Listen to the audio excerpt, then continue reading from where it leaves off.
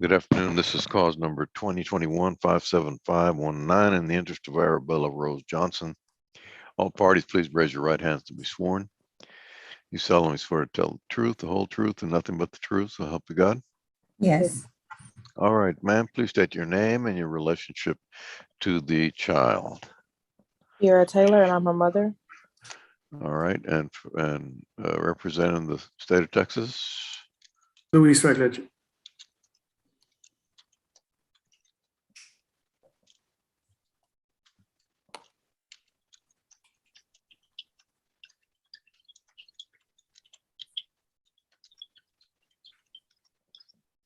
Court will note that the non-custodial parent is Eric Greg Johnson Jr. Mr. Johnson was personally served on September 29, 2021 at 10:50 a.m. at 16911 Ranger Ridge Drive in Cypress, Harris County, Texas.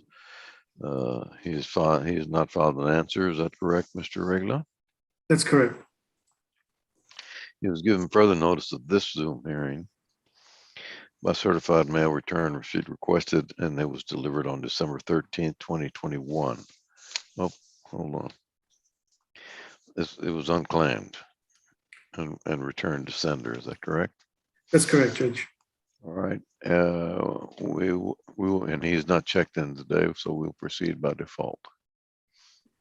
Thank you, Judge. May I call the witnesses? Yes. I'll begin with Ms. Bidu. And ma'am, what is your full name? Natasha Bidu, And where do you work? the Office of the Attorney Child Support Division. And what are some of your responsibilities as far as calculating support goes? To investigate and calculate non-custodial parent wage information, to calculate guidelines, child support, medical support, dental support, and retroactive support in accordance to the Texas Family Code. And do you have a report for the court today as far as retroactive support goes? I do. Okay, and what is your report for the judge?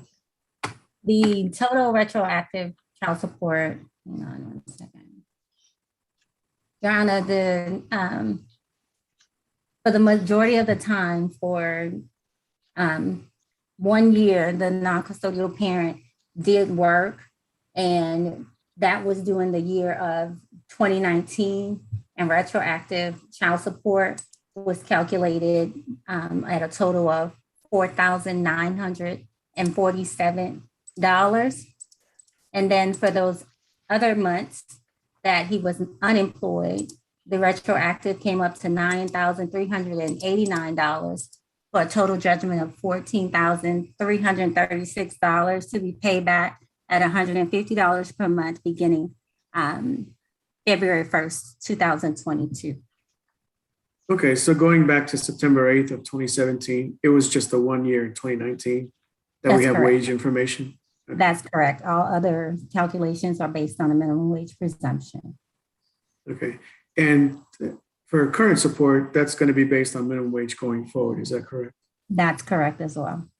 Okay, Judge, I pass this witness. Ms. Taylor, do you have any questions of Ms. Bidu? No. All right, may she be excused, Mr. Regla? I agree with that, Judge, yes. All right, you're excused, Ms. Bidu. Thank you, Your Honor.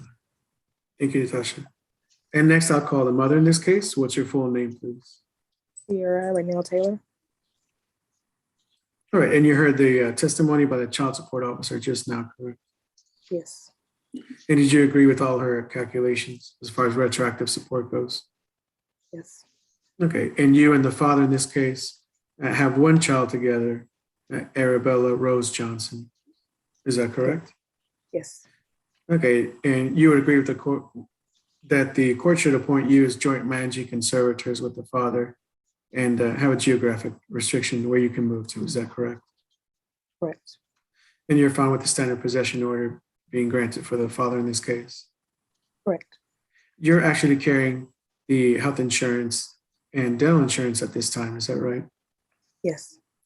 And through your employer, the health insurance costs you $52 and the dental costs you $22. Is that right? Correct. And you're requesting cash medical support and dental support, matching those dollar amounts to be granted to you. Is that right? Correct. And so using minimum wage, we would have a guideline child support of $214 a month in addition to those $2 amounts beginning February 1st. Would you agree with that?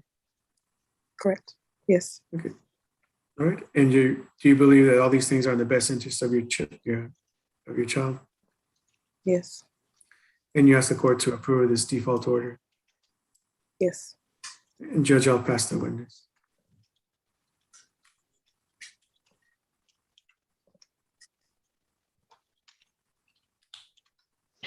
All right, the order will be